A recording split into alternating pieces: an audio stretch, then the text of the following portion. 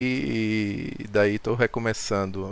Ainda não configurei. Beleza, vamos lá, gente. Seguinte, eu vou começar falando, tá? Eu não tenho script, tá? Eu estou vindo aqui para tirar dúvidas de muitos clientes, tá? E de amigos também, de vocês que assistem. Pronto, beleza. O áudio não está mais em loop, eu já mutei aqui, tá? Pronto, beleza. Então o que é que acontece, tá? Parte dessa live vai ser o quê? Uma explicação que eu dou quando a pessoa chega até mim, tá?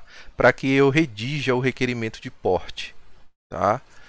Então, a primeira coisa que eu digo é o seguinte: olha, baseado no que você vai me apresentar, eu vou dizer se há uma chance ou não. A minha resposta pode ser o que você quer ou o que você não quer. Se eu ver que não há a mínima...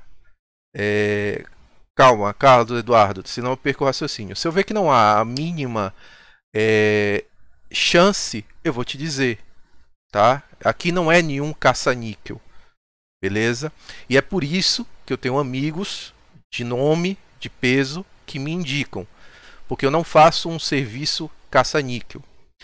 Inclusive, eu tenho feito serviço de outras pessoas, advogados, por sinal, que inclusive que no texto no status do WhatsApp está bem assim: manda o Pix, após 7 dias você terá o requerimento. Então eu tô pegando negativas com esses requerimentos, e a pessoa me deu o requerimento. Quando eu vi, é um requerimento com 3 parágrafos e uma jurisprudência. Os meus requerimentos não são assim. Os meus são todos fundamentados na lei em vigor, no decreto em vigor, na instrução normativa em vigor. Por quê? Porque a Polícia Federal adora seguir uma instrução normativa, tá?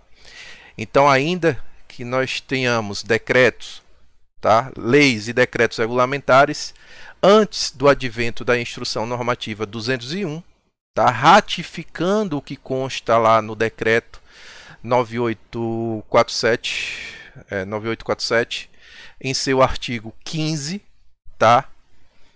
Eles não iriam fazer absolutamente nada, tá? A gente sabe que pela 10.139, a instrução normativa nada mais é do que uma orientação, tá, de um superior hierárquico no âmbito da administração pública, de um superior hierárquico para seus subordinados. Mas a Polícia Federal só faz se for com instrução normativa. Tudo bem. Então, os meus requerimentos, ele tem mais ou menos de 10 a 15 folhas, a depender do caso da pessoa. Tá? 10 a 15 folhas só de parte jurídica, de confrontação de regras. Tá? Então, eu não faço um trabalho caça-níquel, é um trabalho artesanal e que demora tempo. Todos os clientes sabem disso. Eu peço um prazo mínimo de 20 a 25 dias para poder entregar, tá? Só que esses últimos eu ainda não entreguei, e não entreguei por um motivo, e eu vou apresentar aqui a vocês, por conta dessa insegurança jurídica, tá? Então, voltando ao crivo que eu faço, quando eu analiso a situação da pessoa, eu chego à conclusão, muitas vezes, e se alguém tiver aqui para não me deixar mentir, pode colocar aí no comentários. Eu digo, cara, não tem a menor chance, mesmo com a nova redação do novo decreto, que eu vou colocar aqui na tela para vocês, certo? Mesmo com a nova redação do decreto que passou a vigorar, a nova redação que passou a vigorar a partir de 13 de abril, mesmo com essa redação falando sobre indício de risco potencial, eu não vislumbro como a pessoa entrar. Tá? Ela tem que ter um mínimo de indício de risco potencial. Então, muitas pessoas eu declino. Eu digo, cara, não vai, você vai gastar tempo, dinheiro e energia. Outras pessoas, tá? Outras pessoas, elas têm ciência disso e diz, cara, o não eu já tenho. Dá um jeito aí, porque o não eu já tenho e da forma que está redigido a gente talvez tenha uma chance. Beleza, eu estou aceitando nesse momento. Estava aceitando, porque agora está tudo pausado, eu pausei, tá? Estava aceitando nesse momento, por conta da nova redação. Se a gente tivesse a antiga redação, que eu já vou mostrar para vocês, eu falava, não, cara, o não tu já tem e tu vai continuar tendo não. Não existe isso de tentar por tentar. Eu estou fazendo aqui, baseado na minha experiência, na minha análise, não existe isso de não você já tem e tentar, cara. Com essa redação do jeito que está, não tem condições, não tem a mínima chance. E daí vamos agora nos socorrer, tá, do decreto 9847, que eu vou mostrar para vocês como que eu inicio a minha análise numa entrevista individual até chegar na problemática de revelar para vocês se vale a pena entrar com requerimento nos dias de hoje, nos próximos dias, tá? De porte. Vamos lá, deixa eu só colocar aqui o decreto 9847.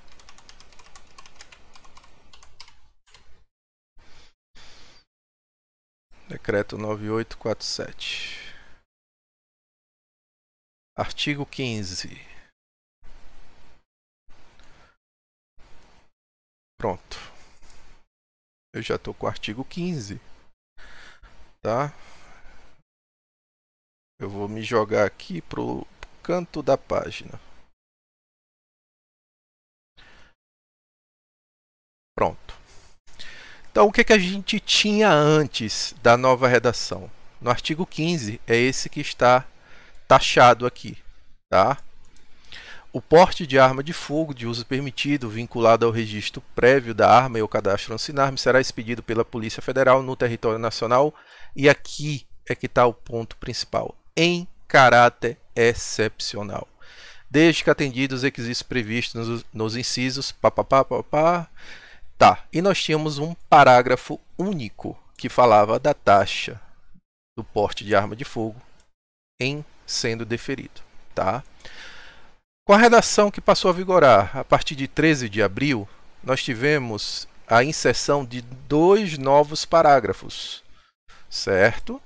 O da taxa passou para parágrafo 3º. Ele era o parágrafo único do artigo 15 e virou o parágrafo 3º.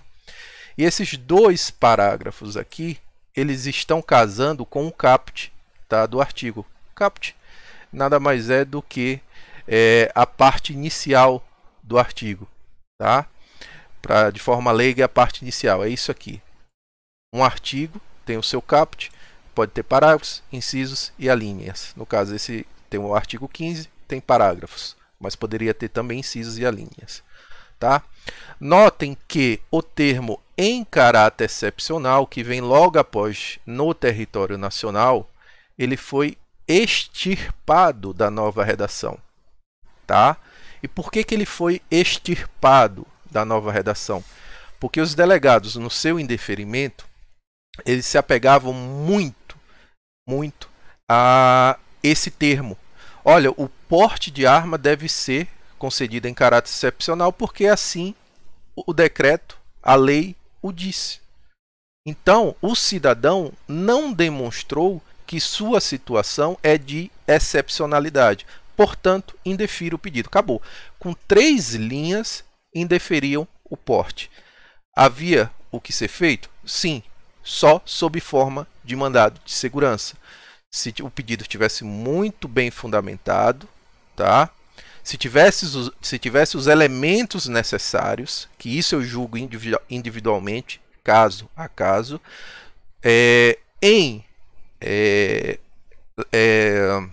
levando isso para a esfera judicial, aí sim teríamos chance, tá? E assim era feito, tá? Eu tinha a grande porcentagem, eu vou dizer que uns 70%, entre 70% e 75% dos pedidos dos requerimentos que eu judicializava, eles prosperavam, tá? Por quê? Porque aí nós tínhamos um juiz que ele tem de se ater ao que a lei está dizendo, e não um delegado, tá, com um ato discricionário que fazia um copiar, colou. Com 3 linhas ele indeferia seu pedido, e você podia fazer o quê?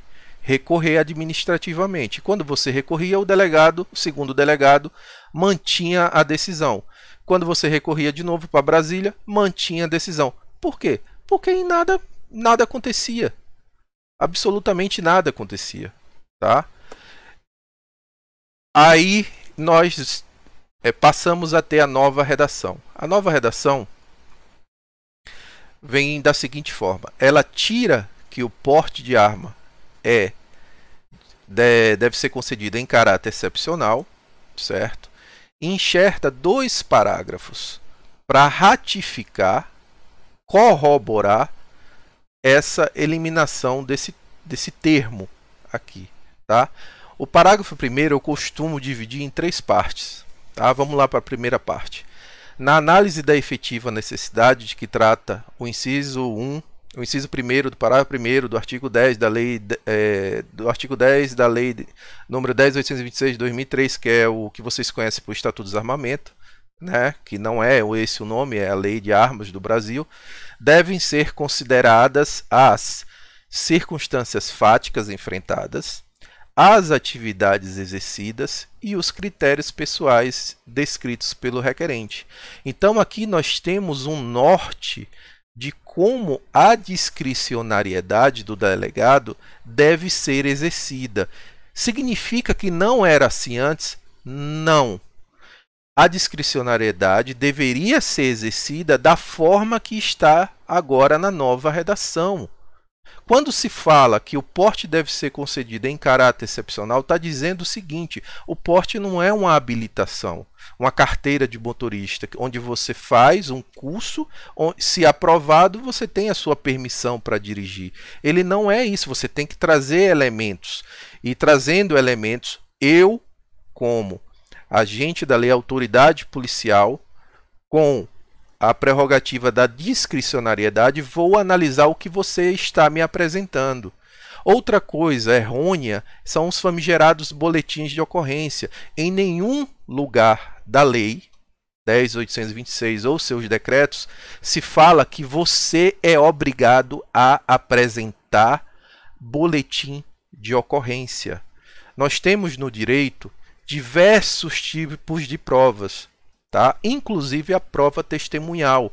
Nem sempre quando você se encontrar numa situação onde a sua integridade física está ameaçada, a sua vida, a sua incolumidade e tudo mais, você vai conseguir registrar tal ocorrência. E outra, nem sempre também o cara vai chegar e vai te dar um cartão de visita. Olha, tá aqui meu nome, meu CPF, tá? E aí você vai na delegacia, você registra, você vai poder indicar o autor, a autoria da pessoa. Grande parte dos indeferimentos também, quando o cara colacionava um catatal de boletins de ocorrência, não tem autoria do fato. Portanto, é risco genérico. É um risco que todo cidadão está sujeito ao sair de casa.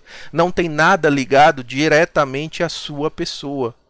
Porra, quem quer cometer um crime, quem está apurando a rotina de uma pessoa, tá?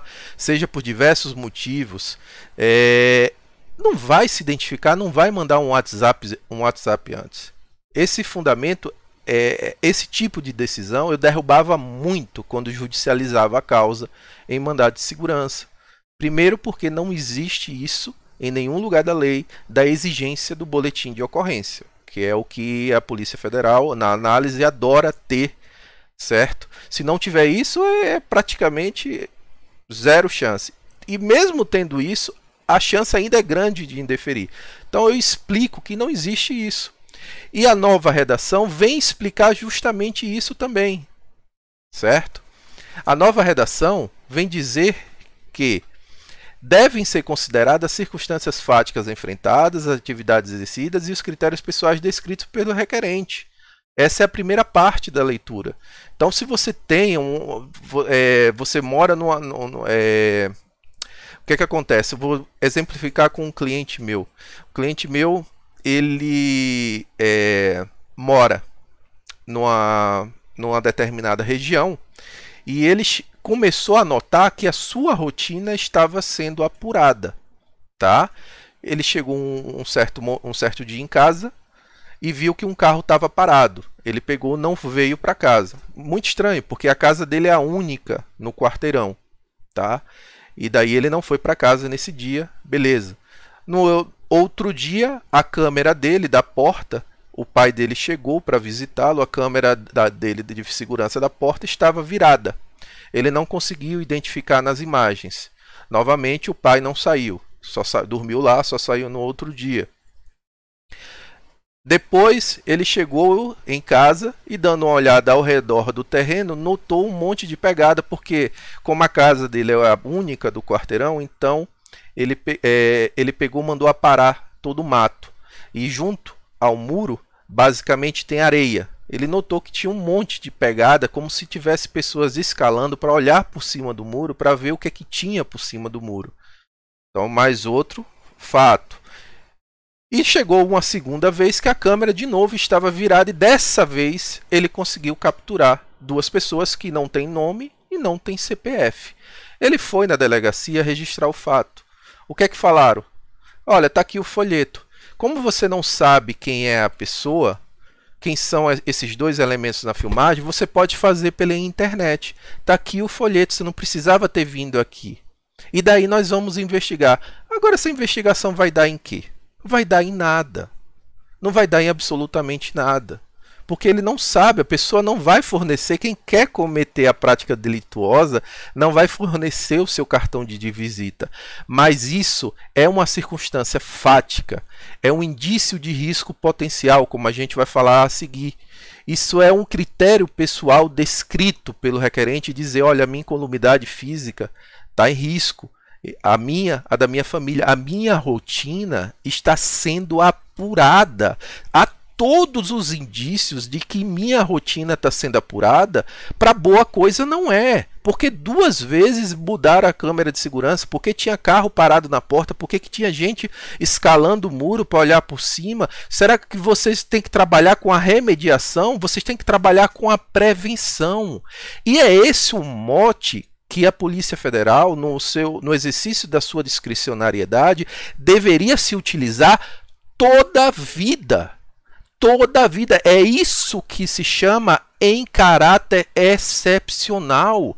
Sua situação não é a mesma do seu vizinho, que não está tendo a sua rotina apurada. Isso é só um caso. Existem vários casos, vários exemplos. A depender do que a pessoa me apresenta, a gente vai analisando a situação. E essa foi a conclusão que eu cheguei. Cara, a tua rotina vai tá sendo apurada. A qualquer momento você pode ser sequestrado ou você pode ser rendido, invadir a sua casa, e eu não faço a mínima ideia do que eles vão fazer com você. O cara, diga-se de passagem, tem condições financeiras melhores que a maioria da população, certo? Que o afegão médio. Então, está mais do que comprovado que há um indício de risco. E é isso que a Polícia Federal tem que se pegar, e não cadê o boletim de ocorrência para eu poder analisar a situação. Só que ela pegava e dizia, não, isso é uma coisa genérica, porque esse tipo de coisa pode acontecer com teu vizinho, com outro vizinho e qualquer outro da sociedade. Só que não, a gente está vendo que é uma ameaça iminente ligada diretamente àquela pessoa, porque não foi uma coisa casuística, um único episódio. Foram vários episódios que levaram a crer que a rotina desta pessoa estava sendo apurada, tá? Então vamos continuar a leitura, tá? As atividades e os critérios pessoais descritos pelo requerente, vírgula, especialmente, tá? Especialmente, ou seja, de forma especial deve ser tratado isso, os que demonstrem os indícios de riscos potenciais à sua vida, incolumidade ou integridade física. Aqui eu faço a segunda parte, eu secciono como a segunda parte dessa interpretação desse parágrafo primeiro, tá? Aí eu pergunto, baseado no que eu falei, a gente tem indício de risco potencial à sua vida? Sim, a gente tem. Desse exemplo que eu falei. E quando se fala em indício de risco potencial, se está trabalhando com o quê? Com a prevenção ou com a remediação? Com a prevenção, como sempre deveria ter sido o norte, e deve ser o norte da autoridade policial que analisa discricionariamente o pedido. Não é possível que você escape de praticamente um evento hollywoodiano, dê a sorte de metralhar seu carro, você escapar com vida, levou um tiro no braço e daí antes de você buscar socorro, você passar lá no setor, certo? De armas, no ARME, agora é o ARME, tá? Da Polícia Federal. Olha, tá aqui, eu fui baleado. Tá? Eu não tenho CPF, mas fui baleado. Tentaram me emboscar alguma coisa contra a minha pessoa para depois se socorrer. E mesmo assim, ainda corre um risco de pegar e dizer não, isso é uma coisa que todo cidadão está sujeito. Então a nova redação veio dizer não, especialmente os indícios de risco potenciais devem ser enfrentados. Ela veio desenhar, certo, o que já era para ter sido feito antes, sempre sempre tal análise deveria ter sido feita desta forma. Sempre deveria ter sido desta forma. Não existe em sã consciência, quando você se socorre ao órgão competente, que é a Polícia Federal, para pedir uma autorização de porte de arma de fogo, significa que a sua situação é excepcional, você não é maluco, entendeu? E se você não tem boletim de ocorrência, isso não significa que o fato não é grave. Você simplesmente deu a sorte de de ainda te acontecer. Então, quando veio a nova redação do artigo 15 em seu parágrafo 1º, falou, olha, cara, se tiver indício de risco potencial, você tem de analisar isso aí com zelo, com bom senso. E o que é indício? Indício é o subjetivismo do particular. Ok? Vamos lá, o Anderson aí. O Anderson, ele pode chegar num ambiente e dizer, há indícios que esse ambiente está limpo. Eu posso chegar no mesmo ambiente e dizer, há indícios de que ele não está limpo. Quem vai dirimir essa dúvida? É a pessoa, a servente. Ela vai dizer, olha, eu limpei realmente, certo? Eu limpei. Então ela vai dirimir essa dúvida. É a minha subjetividade contra a subjetividade de outrem. Tá? Isso é indício. E risco potencial? Risco potencial é probabilidade. Se você for, certo, jogar um cara ou coroa, você tem a probabilidade de sair cara ou sair coroa. Se você chega à autoridade policial, e daí eu trago novamente esse exemplo, olha, há indícios de que o exemplo do meu cliente, há indícios de que a minha rotina ela está sendo apurada por conta disso, disso e disso, como eu já expliquei. Se ainda não aconteceu um mal maior, eu dei sorte, mas pode acontecer a qualquer momento. Então, por isso estou pedindo uma autorização de porte. A posse, ela não me satisfaz, ela não resolve o meu problema, porque eu não vivo numa bolha, eu tenho vida social e vida profissional. Eu preciso sair de casa para trabalhar e preciso sair de casa para socializar. Preciso sair de casa para comprar um remédio na farmácia para um filho meu. Num desses momentos que eu precisar sair e retornar, eu serei rendido. A posse satisfaz a necessidade dessa pessoa? Não. O nome disso é risco potencial. Eu posso afirmar que, tendo esse indício, eu posso afirmar que é certeza que o risco potencial irá acontecer? Não, eu não posso. É por isso que o nome é indício e é por isso que o termo é risco potencial. Aí eu pergunto também, e o delegado que analisa isso, ele pode afirmar que o que você está apresentando jamais poderá acontecer? Também não. Você tem dois subjetivismos, certo? Onde o bom senso deve imperar. Se você traz os elementos, o delegado tem que pegar, se ater ao que está no decreto, porque antes ele não se atinha, e como eu disse, deveria se ater, porque quando você exerce a discricionariedade, você tem que se socorrer do direito positivo, tá? Então é de tudo que está escrito. Então não é só a lei 10.826 e o decreto regulamentar, são regras de direito administrativo, regras de direito de processo civil, a própria Constituição Federal, a depender do que você coloca no requerimento. Então, o delegado tem de se ater a isso, mas nunca o delegado, via de regra, não vou dizer nunca porque nós temos estados que são exceções, delegados que são exceções, tá? Mas a maioria não fazia dessa forma, simplesmente se apropriava do em caráter excepcional e jogava na fábrica de indeferimento, indeferia com 3 linhas. Então o decreto veio desenhar de que forma essa discricionariedade deveria ser exercida.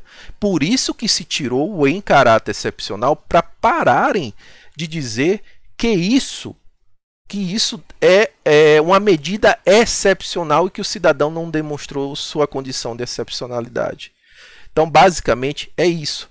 Aí agora a gente entra na terceira parte do parágrafo 1º, que fala das provas. Tá?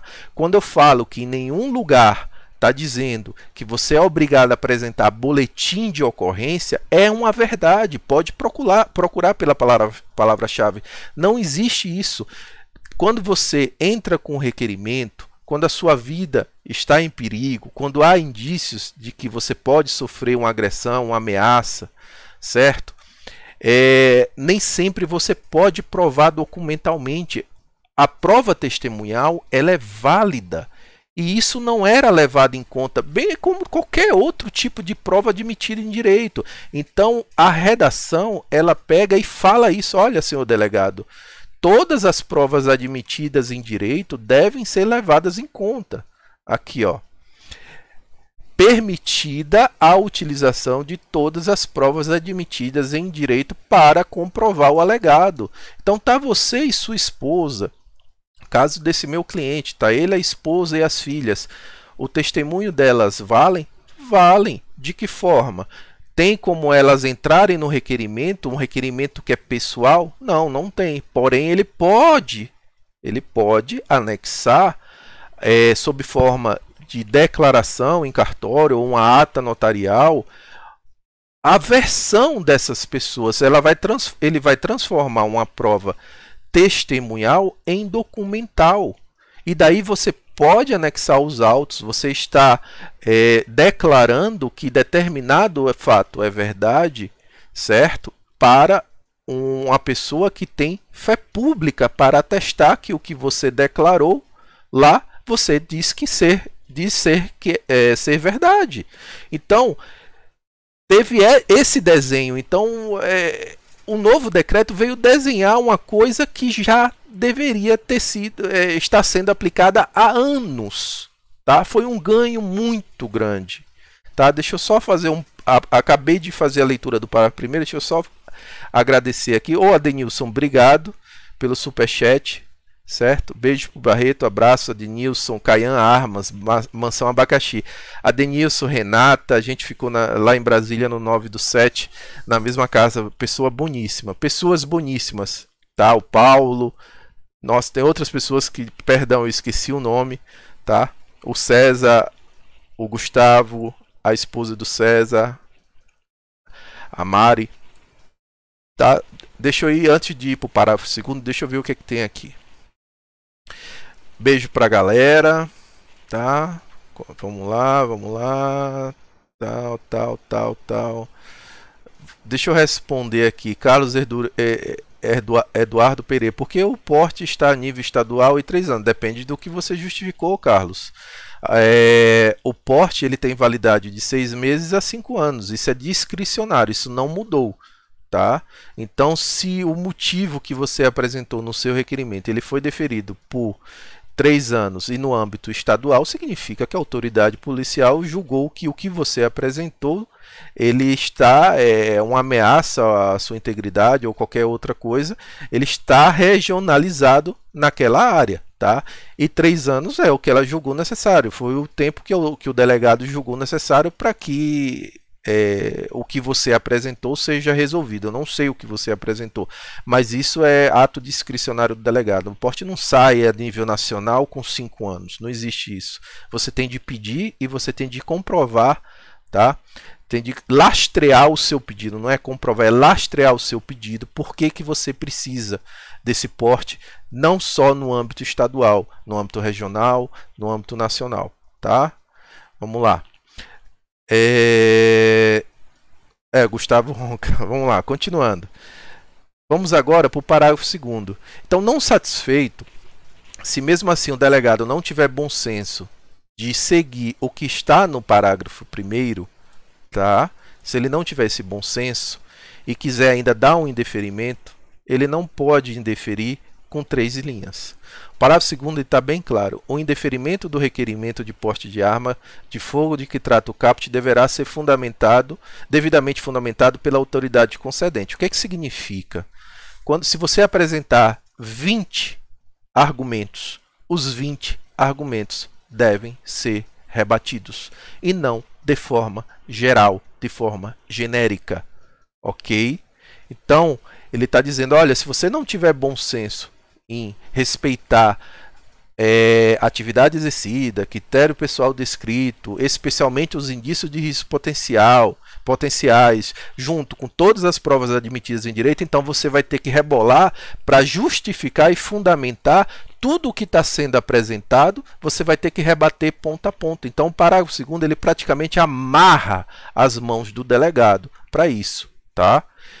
Então, nós temos, porque ainda está vigente, uma redação extremamente propícia para aquela pessoa que eu disse no início. Olha, o não eu já tenho. Vamos tentar sim, porque agora nós estamos com um decreto que desenha uma coisa que já era para ser praticada, mas ele desenha e está amarrando o delegado.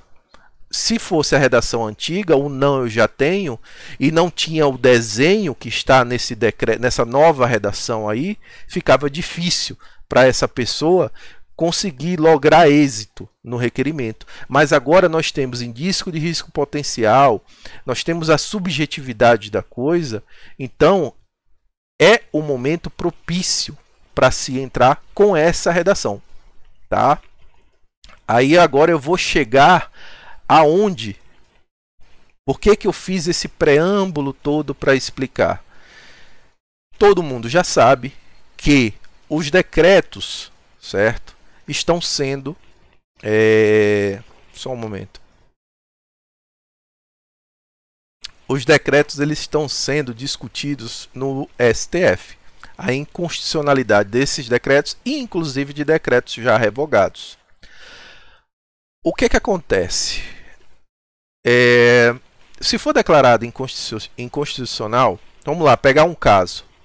Inconstitucional esse decreto que mudou essa redação e daí voltamos para a redação do 5123 de 2004, tá? Porque quando há inconstitucionalidade, não volta para o anterior, tá? Para a redação antiga. A inconstitucionalidade volta para o outro decreto. Tá? Em tese, no Brasil não há repristinação. Tá? Há alguns casos, eu não vou entrar nesse mérito, que é uma explicação mais técnica, mas se cair, se for declarada inconstitucionalidade, vai voltar para o 5123, 2004. Eu não vou nem entrar na questão do mérito do voto do Fachin, que ele vai mais além e desvirtua a coisa. Ele chega a entrar no direito constitucional que já foi explicado, amplamente explicado pelo Pollon. Tem a live do Pollon, dele com o Grigoletti e com, eu acho que é André, acho que é um advogado. Depois tem a live dele com o Eduardo Bolsonaro. Então eles falam especificamente do voto do Fachin. Eu estou falando do voto da Weber, tá? Então, se retornar ao 5123 de 2004, lascou. Então, o que acontece? Tenho requerimentos que eu pausei. Por que eu não dei entrada nesses requerimentos? Por que eu pausei? Porque, obrigado Flávio Norato pelo superchat, eu pausei esses requerimentos porque a gente está na iminência da colheita dos votos. Começa amanhã e vai até a próxima sexta-feira. Se esse decreto cair, o requerimento que hoje está embasado nesta nova redação, na IN 201 da Polícia Federal, do Ministério da Justiça e Segurança Pública, né, da DGPF, da Diretoria Geral da Polícia Federal, e cair essa redação, essa IN não vai valer de nada, essa redação não vai valer de nada, entendeu? Porque eu já experimentei uma coisa, um princípio do direito, que é o tempo rege ato. Na época do 9785, aquele decreto que deu porte para o CAC, para gato, periquito e papagaio, a gente tinha uma teoria, eu utilizei essa tese, o César utilizou essa tese, a gente não logrou êxito, que o tempo regia o ato, ou seja, olha, eu entrei antes do decreto cair, então a regra válida é a da entrada. Isso seria maravilhoso, certo? Porém, os tribunais não estão entendendo dessa forma. Acho justo? Não, não acho justo. Só que para você manejar essa discussão num tribunal, tem dinheiro. E é por meio de mandado de segurança, tá? Por meio de mandado de segurança ou ação ordinária, que seja, depender do caso. Mas isso aí não é barato, é 5 mil no mínimo. E se houver recurso para um tribunal superior, ele for para a Justiça Federal, da Justiça Federal ele for para o Tribunal Regional, Tribunal Regional ele subir para o outro tribunal, tudo isso aí tem custo. Aí vai 5 mil, mais 5 mil, mais 5 mil. Então por isso que eu não sugeria que se entrasse só por entrar, somente com um motivo muito forte, tá?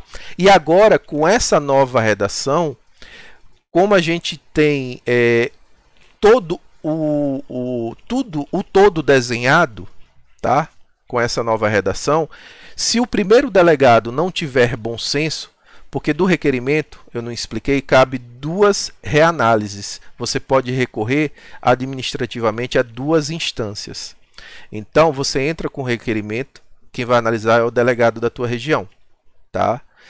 Se ele indeferir, a gente conta com um bom senso, um recurso administrativo do superintendente regional. Se esse daí não tiver bom senso, a gente conta com um bom senso do delegado de Brasília, do coordenador geral, do Sinarme.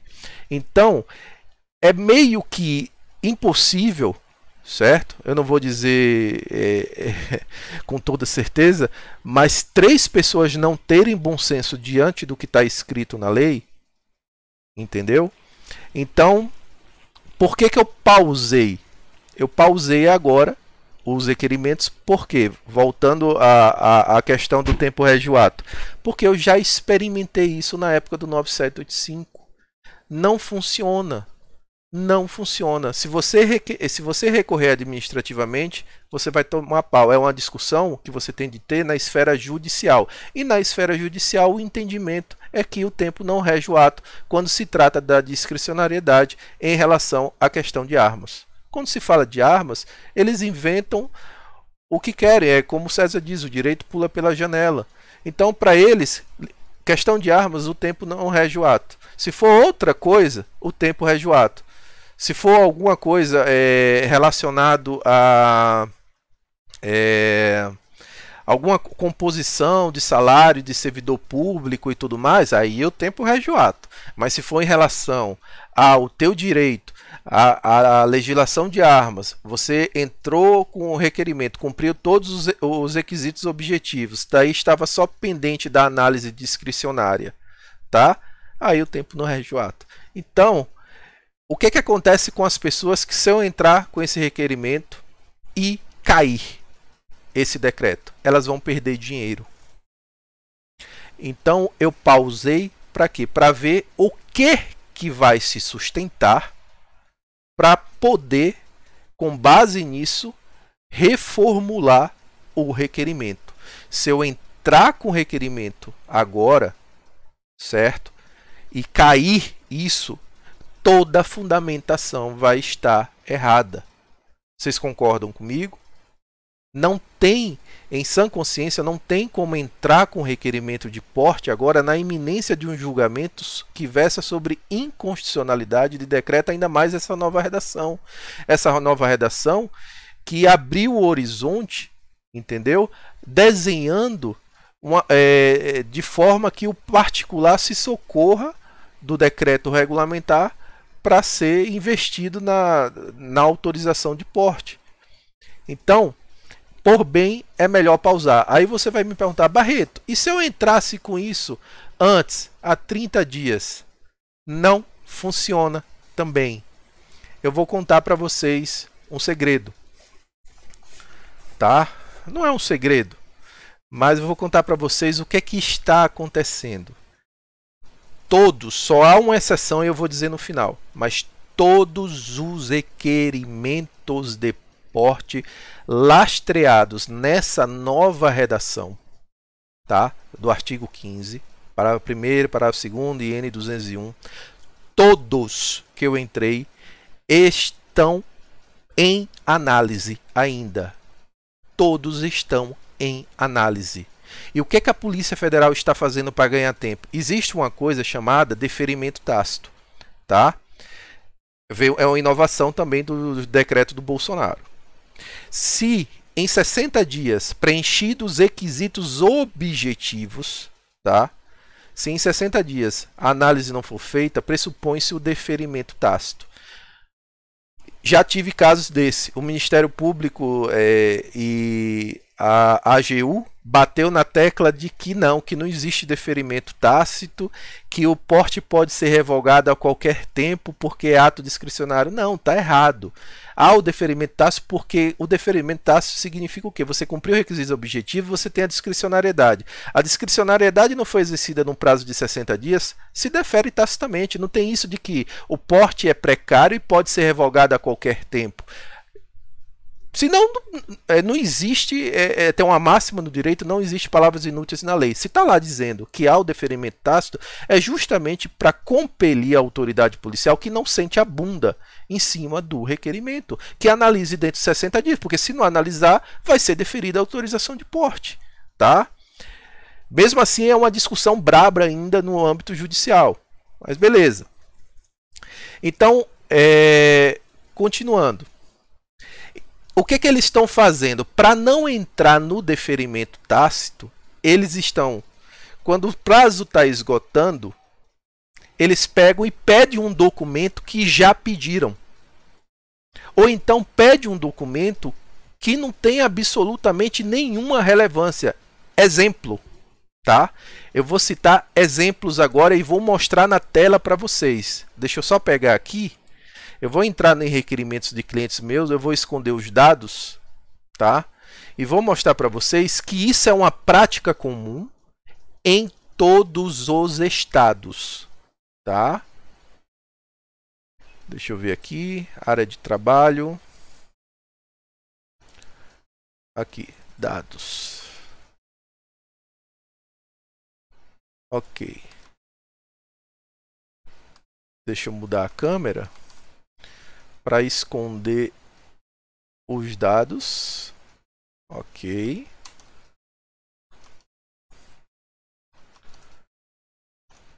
Fazer a transição. Ok. Vou entrar aqui no requerimento. E vocês vão ver o que a Polícia Federal está fazendo para não cair no deferimento tácito.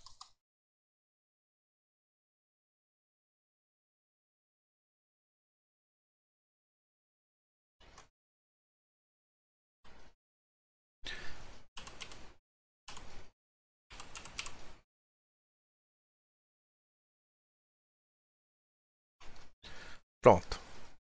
Tá aqui. Deixa eu só mudar isso aqui mais para o lado, para vocês verem a data.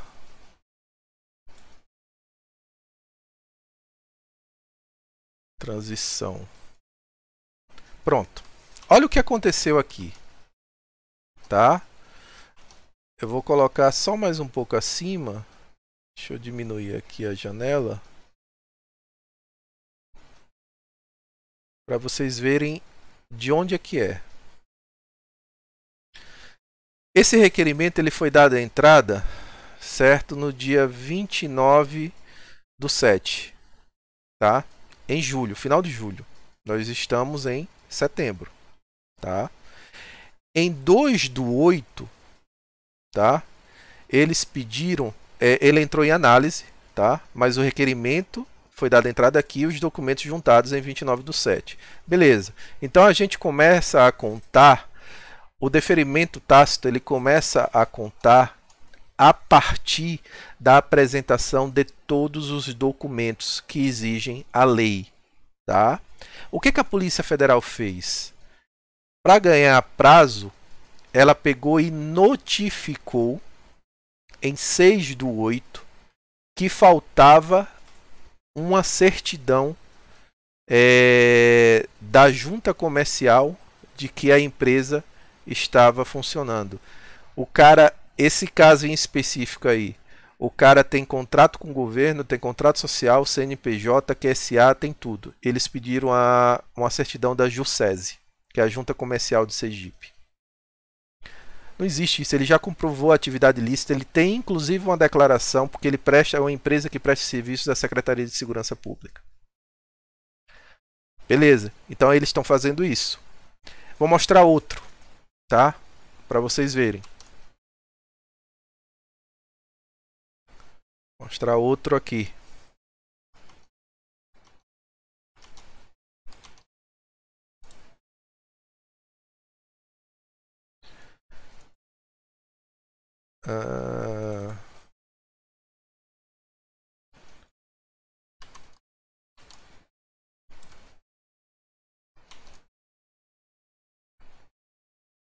Só um momento.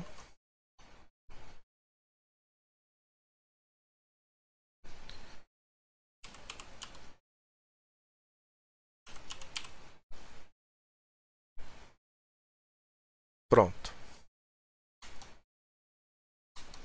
Olha esse aqui. O que aconteceu? Foi dada entrada em 16/6. Ele entrou em análise 20/6. Um mês depois, mais de um mês depois, em 26/7, eles notificaram dizendo que não foi juntado o QSA. O que é QSA? Quando você consulta o CNPJ, foi juntado o CNPJ, certo? O contrato social, que tem o nome do requerente, o CNPJ, que também tem o nome do requerente, tá? E daí eles pediram, quando você consulta o CNPJ no site da Receita, tem um botão lá embaixo que é o quadro societário. Você clica e imprime um PDF. Eles pediram esse documento, o QSA. Ou seja, eles esperaram mais de um mês, para quê? Para interromper o prazo para não dar deferimento tácito e pedir o QSA. O que é interromper? O prazo volta a contar do zero. Começa a contar pelo tempo parou? Não. Ele retornou a 60 dias a partir da apresentação desse documento que o cliente foi notificado. Aí eu pergunto para vocês, o que vocês estão achando disso aí? O que vocês estão achando? Eu vou contar o que eu estou achando. A Polícia Federal ela está trabalhando, certo? De forma a sentar nos requerimentos. Ela está trabalhando a mesma hipótese do 9785, com a esperança de que caiam os decretos, certo? E daí eles indefiram os portes. E daí dentro da lei, certo? Dentro da lei, eles estão pedindo, né, documento, o que vai fazer? Vai dizer que não entrega? Eles estão pegando e interrompendo o prazo porque o deferimento tácito só começa a contar a partir de quando você apresenta todos os documentos que se exigem por força de lei, certo? Então eles estão indo além e dizendo, não, está faltando um QSA, é só um PDFzinho aqui, mesmo contrato social, com tudo lá. Esse caso aí, sabe o que é? É um lojista, dono. Ele é dono de loja de armas. Então eu pergunto para os senhores, você está vendo a intenção?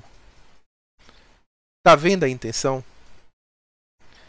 É incrível. Eu vou entrar com outro também agora. Vou mostrar o último, tá? Para não ficar delongando, que eu posso mostrar de vários clientes para vocês verem agora que isso é uma prática comum, tá? Deixa eu mostrar o último.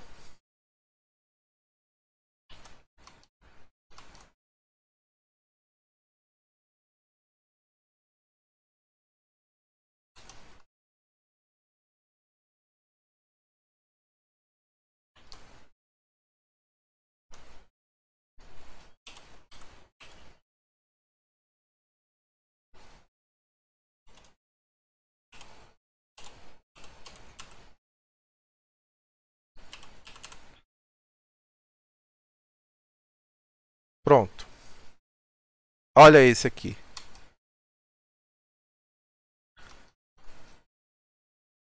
Esse é de São Paulo. Esse eles não pediram nada, mas está em análise desde 2/8. Está em análise. Você, como ele foi agosto, certo? Como foi protocolado em agosto, então ainda está longe dos 60 dias, tá? Mas a qualquer momento, olha, está em análise, vários movimentos de análise. A qualquer momento, vocês duvidam que vai aparecer uma notificação aqui exigindo documento? A sorte é que ela não a sorte não. Essa notificação ela só não está aqui porque nós estamos na semana de julgamento. Se o decreto permanecer, se não cair, se alguém pedir vista, pode ter certeza que vai aparecer uma notificação aí no sistema exigindo algum documento para interromper o prazo e passar a contar do zero o prazo para deferimento tácito. Simplesmente eu não tenho a Polícia Federal enfrentando os argumentos que eu estou apresentando para cada cliente meu. Não tenho isso, tá? Eu só tive um caso e eu vou mostrar para vocês qual foi esse caso que a Polícia Federal enfrentou. E esse foi muito rápido e vocês vão entender o motivo por que ela enfrentou esse caso, tá? Deixa eu mudar aqui. Vocês vão ver.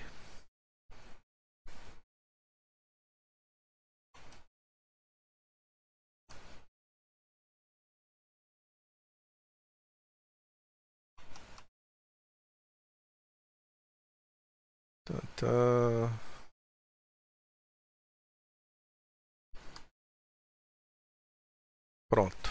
Aqui eu vou me colocar bem pequenininho aqui no canto para vocês entenderem o que foi o caso.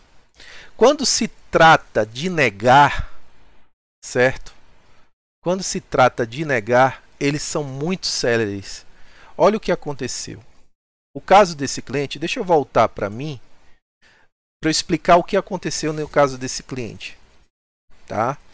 Esse cliente ele teve teve 3, o famigerado boletim de ocorrência, ele tem 3 de ameaças contra a pessoa dele. Discussões sérias mesmo, discussões, tá? E daí, inclusive, o sogro dele foi assassinado. Ele já tinha porte de arma de fogo. O porte, ele foi pedir a manutenção do porte, certo? E daí indeferiram. E daí ele me procurou. Nesse intervalo, antes de me procurar e antes de vencer o porte dele, o que aconteceu? Questão de política na cidade dele. Estavam soltando fogos, rojão, na frente da casa dele, um monte de gente tomando cachaça e tudo mais e tal, e jogando fogos e mirando para tudo quanto é lado, para tudo quanto é casa. Entendeu? Ele saiu na porta, ele tem porte, note, ele tem porte, não é posse. Ele saiu na porta, tá?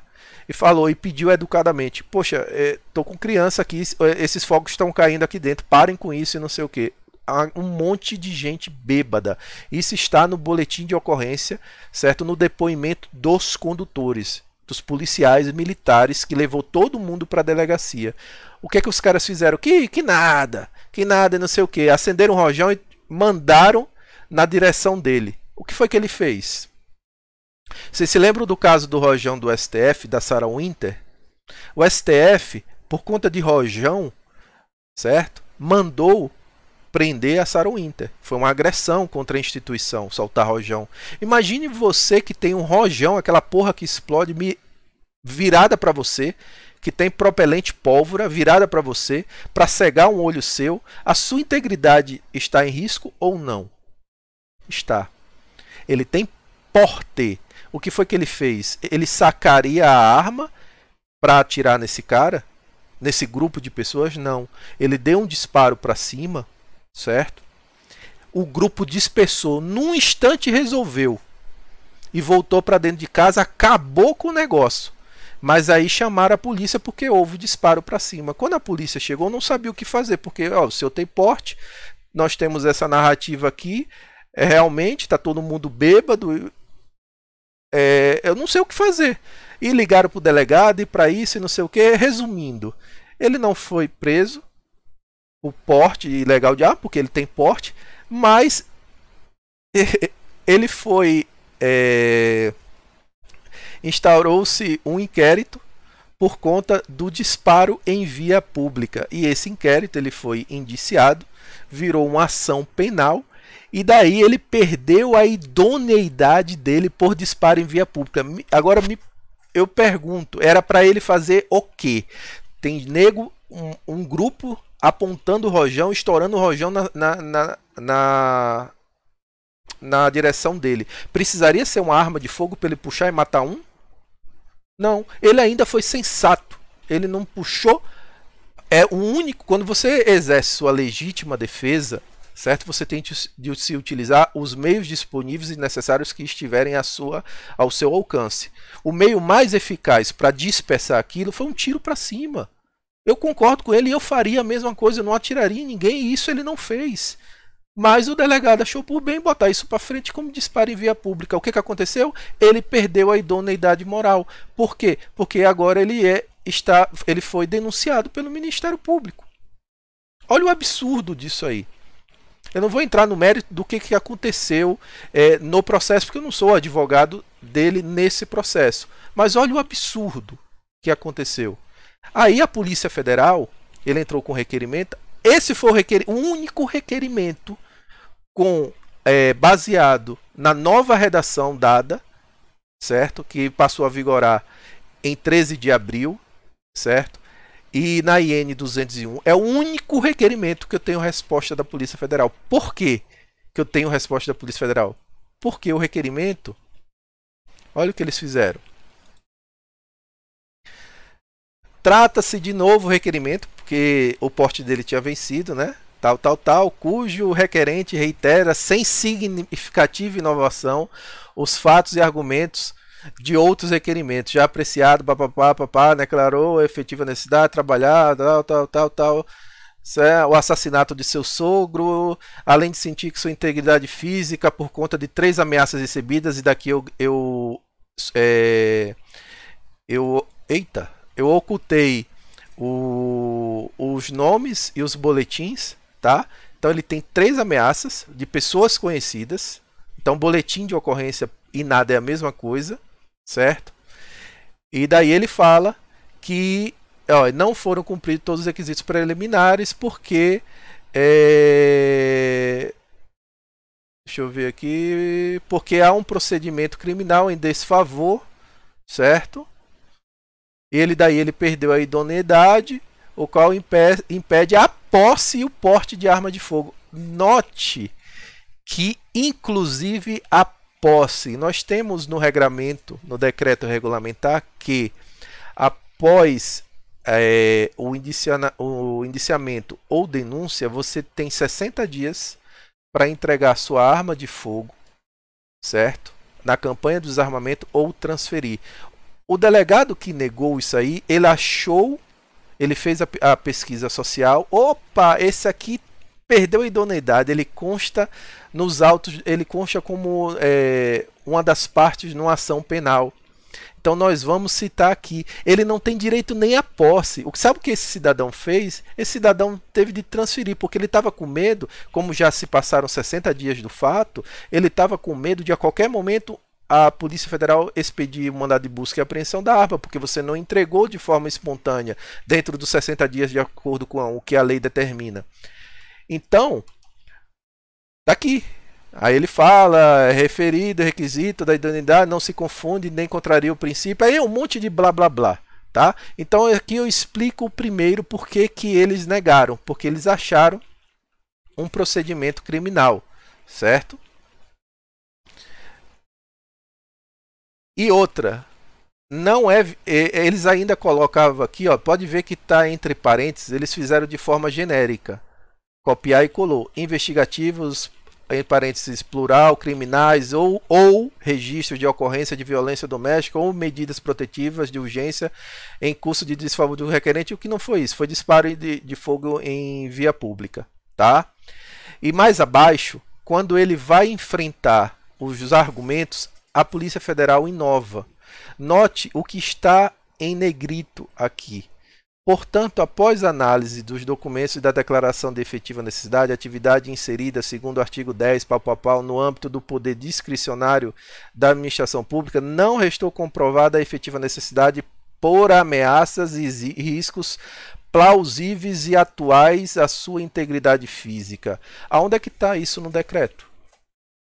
Ameaças e riscos plausíveis e atuais à sua integridade física. A redação do decreto é especialmente os indícios de riscos potenciais à incolumidade física e à vida do requerente. Não tem nada de plausível e atual. É risco potencial ou pelo exercício de sua atividade de risco, tá? Ainda, além dos requisitos preliminares, também exige que o requerente demonstre efetiva necessidade pelo exercício da atividade profissional de risco ou ameaça à integridade física, não bastando mera declaração, já que a regra geral, note que ele coloca em negrito, já que a regra geral do artigo 6º da Lei 10.826 é a proibição do porte. Também está errado, tá? No artigo 6º, não fala que o porte está proibido. O artigo 6º diz quem é a exceção, porém nós temos outros artigos. Nós temos o porte do caçador de subsistência, nós temos o porte o próprio porte de trânsito do CAC previsto na 10.826 e nós temos o do artigo 10, que é o efetiva necessidade ou atividade de risco. Então, a Polícia Federal, em seu parecer, ela desvirtua e inova com palavras o que está no decreto. Ela está inovando. Se não fosse a parte de perder idoneidade, com certeza isso aí eu conseguiria rebater esse recurso por conta dessa inovação. E essa inovação legislativa ela é vedada. Você não pode inovar legislativamente. Isso aí está na Lei 13.869. Tá? Porém, ele perdeu idoneidade. Ou seja, o que significa tudo isso aí? Quando é para negar, eles negam rapidinho. Todos os requerimentos que eu mostrei, tem outros que eu não mostrei, senão vai ficar extenso o vídeo, eles estão em análise. E o que não está em análise e o prazo está vencendo, eles estão notificando para que o prazo seja interrompido. Eles estão sem olhar? Não, eles estão olhando. Tanto que eles olharam isso aí e descobriram que o cara tem, consta numa ação penal, certo? E daí, rapidinho, eles indeferiram o requerimento dele. Os outros que não têm isso, eles estão utilizando dessa manobra. Aí eu pergunto para vocês, se esse negócio cair próxima semana, tá? Se ele cair, o que é que vai acontecer com quem deu a entrada? E é isso que eu quero explicar para vocês. Vai perder toda a argumentação lastreada no artigo 15, com a nova redação, e na IN 201. Vai se jogar dinheiro fora. Por isso que eu pausei para ver o que é que vai se sustentar neste castelo de cartas, para readaptar a fundamentação jurídica, a fundamentação legal de todos os requerimentos que ainda eu não dei entrada. Então essa é a minha sugestão. Os clientes, que eu já falei isso para a maioria dos meus clientes, os que estão me assistindo agora que eu não consegui contato, está aí a explicação do porquê os requerimentos estão pausados, que a gente tem que ver se vai se sustentar. A gente não pode entrar com uma coisa que pode cair na semana que vem, porque senão o teu requerimento em nada vai ser a mesma coisa. Não tem isso de tempo regiato, você vai estar pautado num decreto que pode vir a ser declarado inconstitucional, numa redação inconstitucional, vai perder dinheiro, entendeu? E não há como modificar depois. Então essa é a problemática. Então vamos aguardar o que vai acontecer, tá? A gente tinha a sensação de que isso ainda iria demorar. Essa nova redação ainda iria se sustentar com o ministro, com a vista do ministro que devolveu. Infelizmente, eu não vou entrar no mérito de quem está certo e de quem está errado. Ele devolver os autos, foi a votação, paciência. Agora, o que eu posso fazer é prezar pelo dinheiro de quem me contratou para entrar com o requerimento. Então, como vocês estão vendo, quem ainda não deu entrada, ainda há uma esperança, depender do que tiver, do que tiver na redação, eu readequar. E essas pessoas que estão em análise até hoje, se cair, perderam dinheiro. Vai ter que fazer outro requerimento. E talvez nem seja o caso, porque muitas delas se utilizam dos indícios de risco potencial da nova redação para desenhar o seu quadro de efetiva necessidade ou atividade de risco. Então, nem sempre entrar com antecedência significa que vai dar tudo certo. Não, não significa. Por isso que eu fiz esse vídeo demorado para mostrar para vocês que, ainda que os requerimentos que foram dados entrada com antecedência, esses aí correm risco de os requerimentos correm risco de serem indeferidos, porque a Polícia Federal está sentando em cima, aguardando a queda dos decretos. Tá?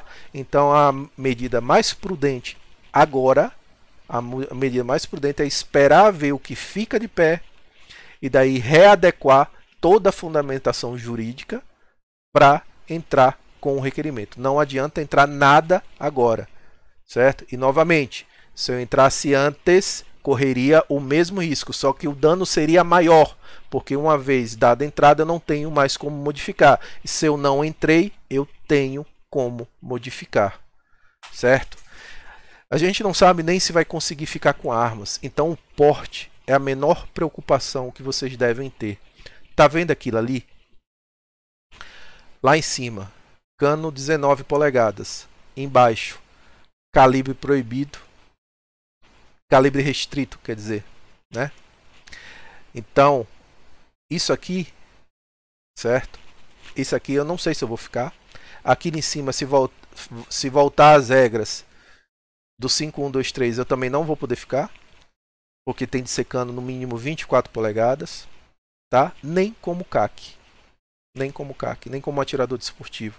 Talvez haja uma condição para colecionador, mas eu não vejo isso.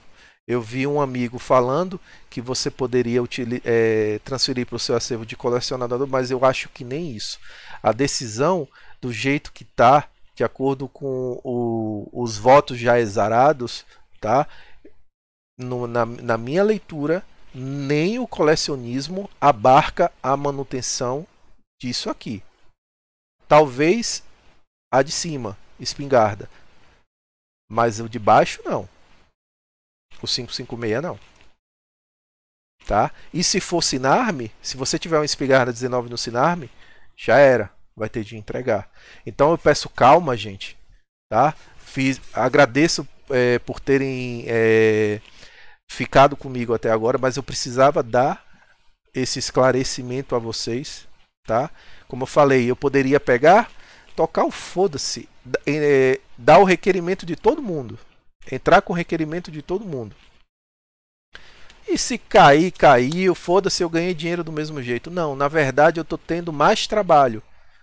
Eu estou segurando e vou ter de refazer caso alguma regra venha mudar. Eu espero muito que não mude, que o que está permaneça, que haja um novo pedido de vistas. Eu tenho informação de que haverá um novo pedido de vistas, tá? Antes da maioria dos votos serem computados, porque o pedido de vista, via de regra, ele só faz diferença se não tiver maioria dos votos, tá? Mas como é um plenário virtual, eu não sei de que forma que se dará, tá muito confuso isso, tá?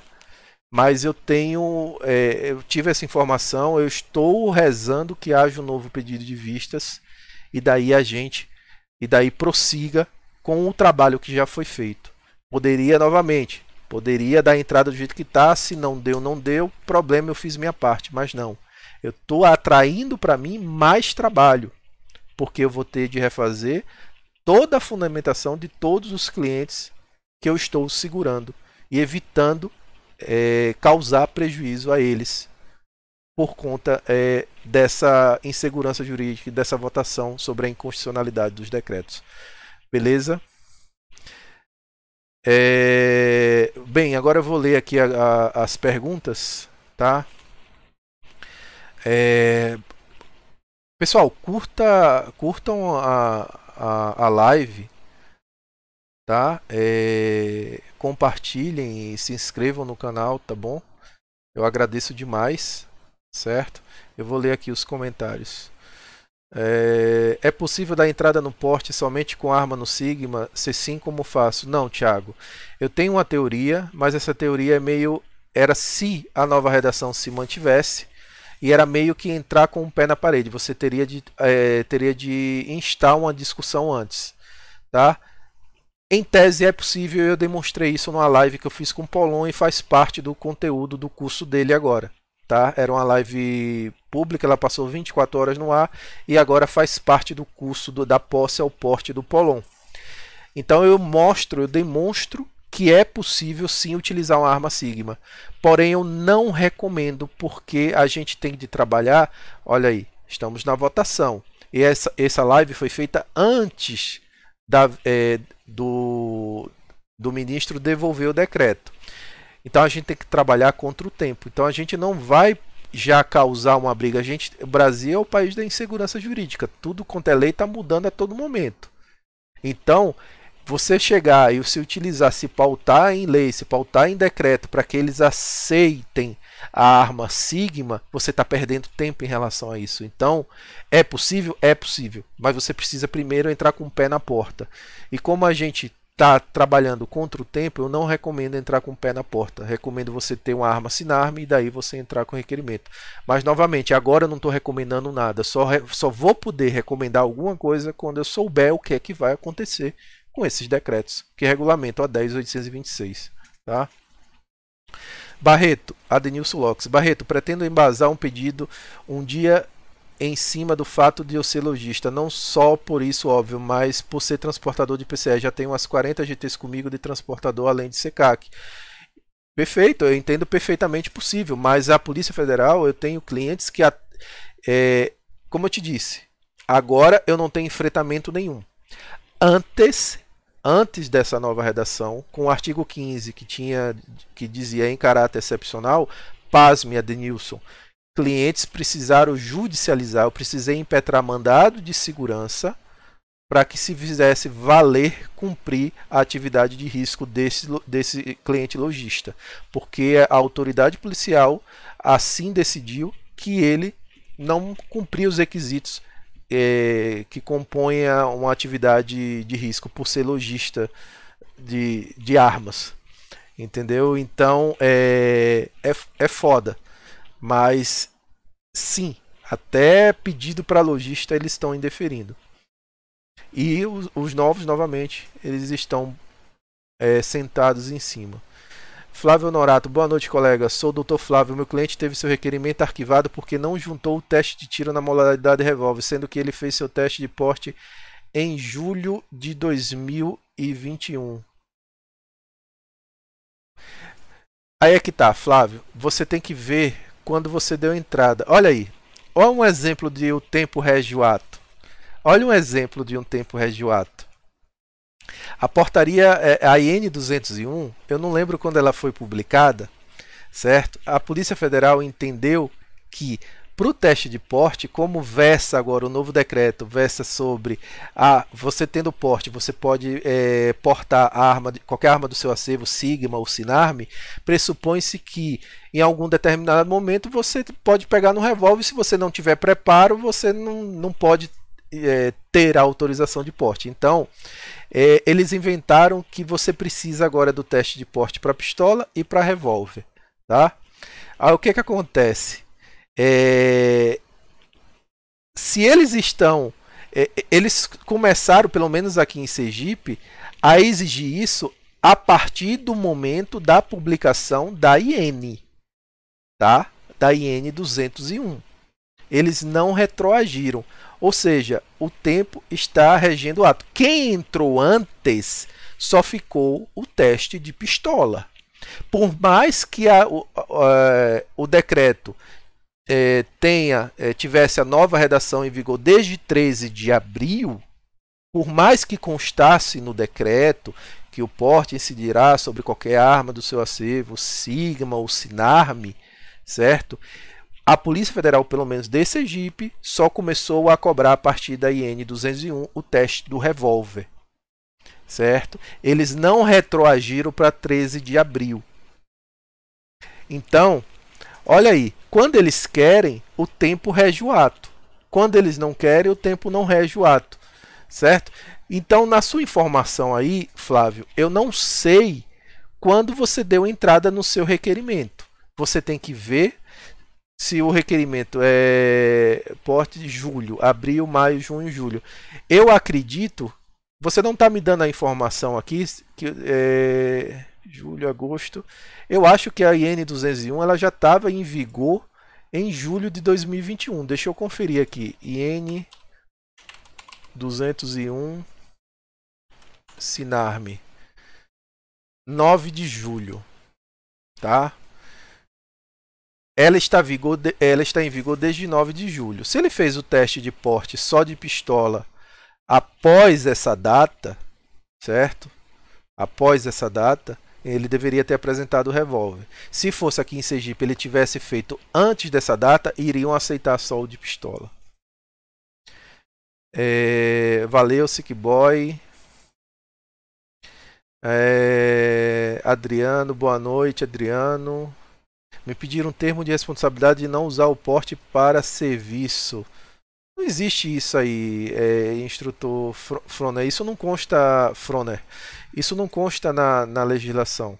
Não existe absolutamente nada. Se você utilizar na lei diz, certo?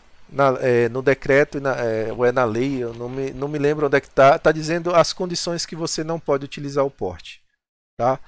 Esse negócio é invenção. Invenção é exigência absurda. Vou criar um termo de responsabilidade que você não vai utilizar seu porte em serviço, eu não sei o que é que você é. Vamos lá, que você seja vigilante. Vou criar isso. Isso não existe. Se você for pego utilizando o porte para fazer segurança patrimonial, beleza. Aí você pode ter seu porte cassado, porque o porte é de defesa pessoal.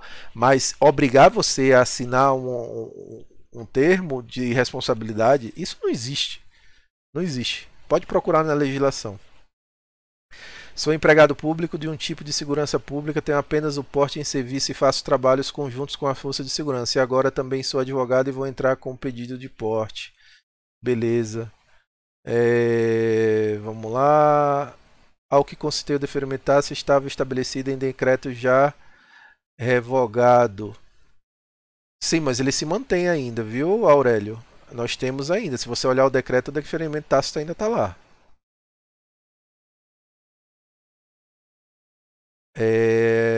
O meu porte abacaxi, eu juro juradinho que sempre estou em deslocamento para treinamento ou competições. É isso aí, cara. A gente não sabe nem se vai continuar tendo porte abacaxi, tá? Se caírem os decretos, nem porte abacaxi, tá? Porque o 10030 e o 9846 que revogou a portaria 28 do COLOG, eu acho que revogou, porque tem que ver, eu não me lembro. É tanta legislação que eu não me lembro. Se eles forem revogados esses decretos, tem que ver se a portaria 28, que foi a que instituiu o porte de trânsito, ainda está de pé. Eu não me recordo, sinceramente. Qual o seu contato para contratar seu serviço relacionado ao porte? Então, é contato@barretomachado.com.br, tá? contato@barretomachado.com.br, assunto porte de arma, tá? Mas já te digo, tá tudo pausado agora. Eu não recomendo nada e nem vou fazer nada até ter uma decisão do STF, tá? Só há uma única exceção de um cliente meu que é teimoso, tá? Ele quer porque quer que dê entrada. Então amanhã estou dando entrada no requerimento dele. Ele quer, vou fazer o quê? Quem manda é ele, tá? Mas já expliquei, já desenhei, mas ele quer. Então beleza. O resto dos clientes que eu conversei vão todos aguardar. Nandu era para ele chamar a polícia. O grupo não estava na casa dele. Foi imprudente em atirar no meio da cidade. Não, não, não, não, não. Você tem que estudar um pouquinho de legítima defesa. Tá? A legítima defesa é na mesma hora, certo? De forma leiga é quando o fato está acontecendo. Na medida que o cara está mirando um rojão e atirando contra mim, eu posso me utilizar dos meios necessários para exercer a legítima defesa. Que isso? Não tem essa, não. Isso aí seria a minha tese defensiva. Aquilo é uma arma. O STF reconheceu ali como se fosse uma arma. Sarah Winter foi presa e o grupo dela foi preso por causa disso, por soltar fogos em direção a um prédio. Imagine em direção a um ser humano. Para cegar, ali a integridade física dele estava em risco. A defesa pessoal dele estava em risco. As pessoas que estavam com fogos de artifício estavam em superioridade numérica. Aquilo tem propelente pólvora, aquilo explode. Não existe isso de você ligar para a polícia, o povo atira contra você, fogos, e daí você se esconde dentro de casa, liga para a polícia vir daqui a 20, 30 minutos, ou uma hora e não sei o que, em plena época de campanha política. Pô, pelo amor de Deus, então faz o quê? Joga fora o Instituto da Legítima Defesa? Não, não compartilha do seu entendimento, não. Barreto, interessante que por todo o país os CRAFs estão travados. Sim. Tá tudo travado. Tiago, oi, entra na live do Polão. Eu vou entrar já já. Boa explicação, eu me pergunto. Quem está com 30 dias completos no pedido de posse, completados amanhã, 16/9, poderia pleitear o deferimento tácito? Cara, o deferimento tácito é para qualquer análise, mas para posse eu não utilizaria não.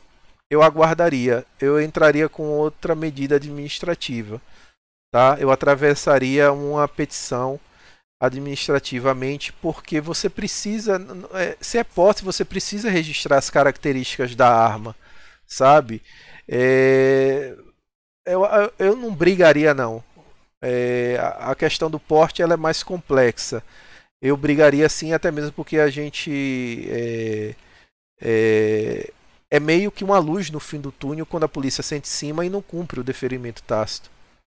Tá? Mas para posse eu atravessaria uma petição. Isso que é um advogado comprometido com o cliente com respeito social advogado. Obrigado, Daniela Calado. Obrigado. Boa noite, porque demora tanto sair o CRAF. Cara, aqui em Sergipe, certo? Até que tá saindo rápido, tá? Até que tá saindo rápido. Mas pedido de porte estão sentados em cima. O meu CR sai em 20 dias. É outra coisa, é exército, não tem nada a ver. Lorenzo Gamer, boa noite, Barreto. Meu craft de uma 9mm, se os decretos forem derrubados, não entendi. Barreto, lindas essas suas réplicas de AR-15 espingarda, deixe bem claro que são réplicas. Não são réplicas não. Não tenho que mentir não. Não tem nada de réplica não. São de verdade sim, tá? Eu não vivo desse canal não, eu tô cansado disso aí. Se o YouTube quiser fazer alguma coisa, que faça. Tá? Eu nunca vi isso, não publicizar arma em YouTube. Pela santa paciência. Mas obrigado pela observação, Diógenes. Então é isso, gente. Eu agradeço demais, tá bom? Obrigado pelos superchats também. E é isso aí, vamos tocando o barco e aguardando o desenrolar dessa novela lá do STF que começa amanhã.